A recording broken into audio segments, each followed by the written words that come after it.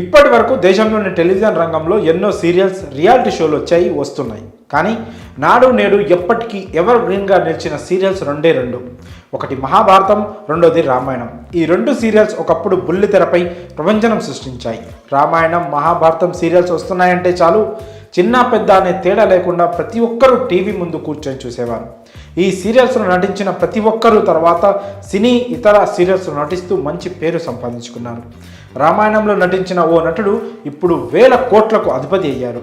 ఇంతకు ఆ నటుడు ఎవరు, ఎలా అన్ని కోట్లకు అధిపతి అయ్యాడు అనే విషయాల గురించి ఇప్పుడు తెలుసుకుందాం. వివరాల్లోకి వెళ్తే 1983లో దూరదర్శన్లో ప్రసారమైన రామాయణం సీరియల్లో కోట్ల మంది ప్రజల్లో హృదయాల్లో చిరస్థాయిగా నిలిచిపోయింది. రామానంద్ సాగర్ ఈ దృశ్య కావ్యానికి దర్శకత్వం వహించి నిర్మించారు. ఇటీవల కరోనా సమయంలో రామాయణం సీరియల్ మరోసారి ప్రచారం చేశారు. ఇప్పటికీ ఈ సీరియల్ కొత్త అనుభూతినిస్తుందని అంటున్నారు ప్రేక్షకులు.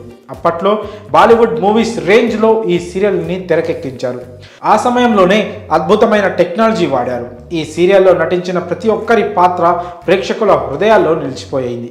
రాముడి పాత్రలో అరుణ్ గోవిల్, సీత పాత్రలో దీపికా చికాలియా నటించింది.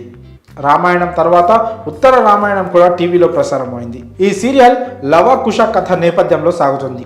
లవ పాత్రలో మయూరేష్ క్షేత్రమాదే నటించగా, కుశ పాత్రలో స్వప్నిల్ జోషి నటించారు. తర్వాత వీరిద్దరికి ఇండస్ట్రీ నుంచి పిలుపు వచ్చిన మయూరేష్ క్షేత్రమదే తన 13 ఏట నటనకు స్వస్తి చెప్పారు. ఇండస్ట్రీలో మంచి కెరియర్ ఉన్నప్పటికీ నటనకు గుడ్ బై చెప్పేసి మయూరేష్ ఎక్కువగా చదువులపై దృష్టి సారించారు. ఈ క్రమంలో అమెరికాలో పెద్ద పెద్ద కంపెనీల్లో పనిచేస్తూ తన సొంత కంపెనీని డెవలప్ చేసుకున్నాడు. ప్రస్తుతం 1400 కోట్ల విలువ చేసే కంపెనీని మయూరేష్ రన్ చేస్తూ మీడియాలో హాట్ టాపిక్గా మారారు.